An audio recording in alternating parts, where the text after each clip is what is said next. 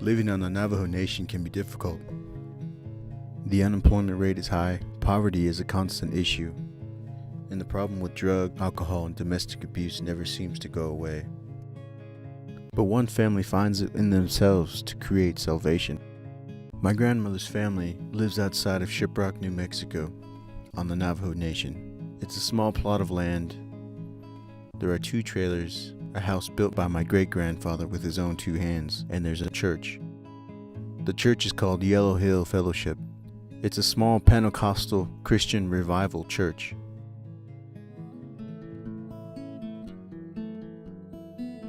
When people come around to do a revival here, that's when they uplift you and raise you up. That's what it is, a revival, to revive you.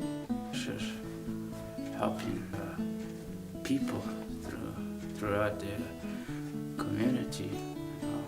And then to start on a fresh new start, It is kind of important to people around here. Helps pretty much, try to get them into church, try to show them the way, Some of them get broken down. Whenever we have a revival, they come out here and they get uplifted, makes them a little bit more stronger in their faith. Being here on the reservation and at this church, I find it hard to deny the power of this place.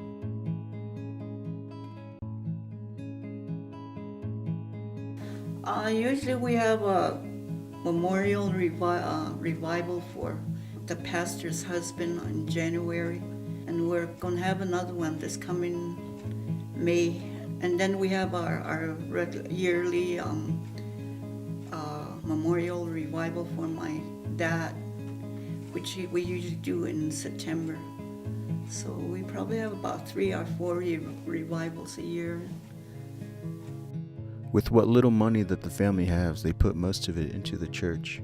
Money that could be used for groceries, gas, and improvements on their own homes, they use instead for the church.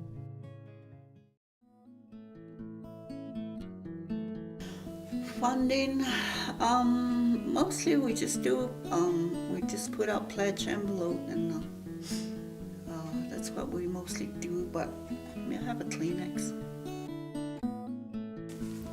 Sometimes if we really do we do a sale, food sale, and that's how we manage to get money if we really need something.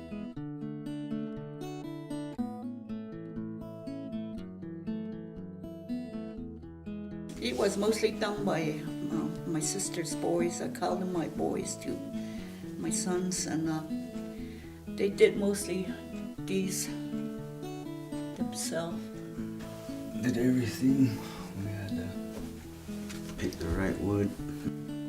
They brought the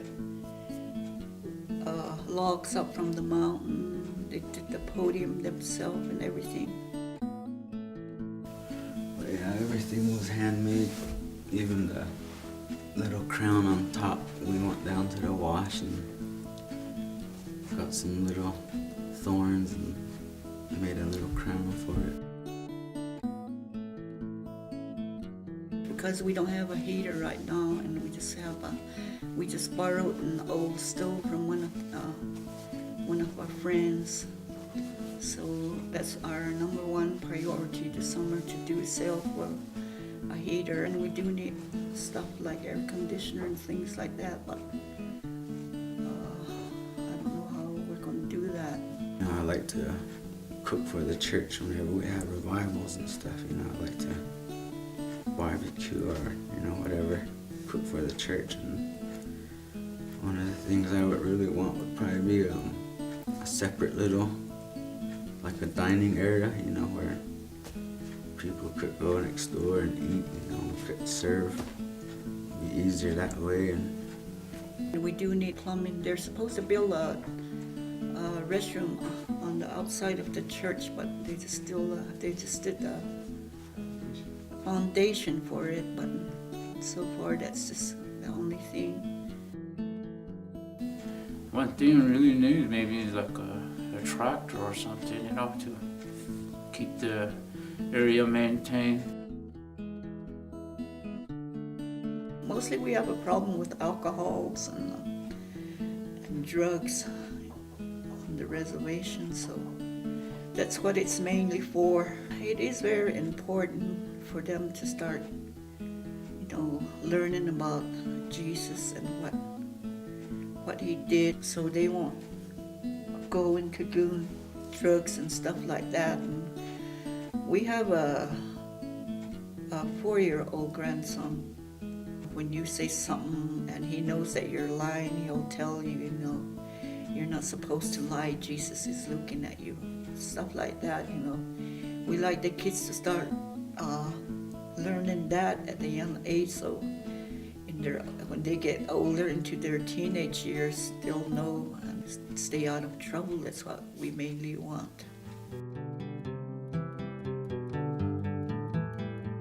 Seeing my grandmother, her husband, her sister, and her sons all trying so hard to bring it to its full potential is nothing short of inspiring. This church is more than spreading the word of God. It goes beyond Christianity. It's more about helping people. It's more about helping them find themselves so that they can live the life that they were meant to live.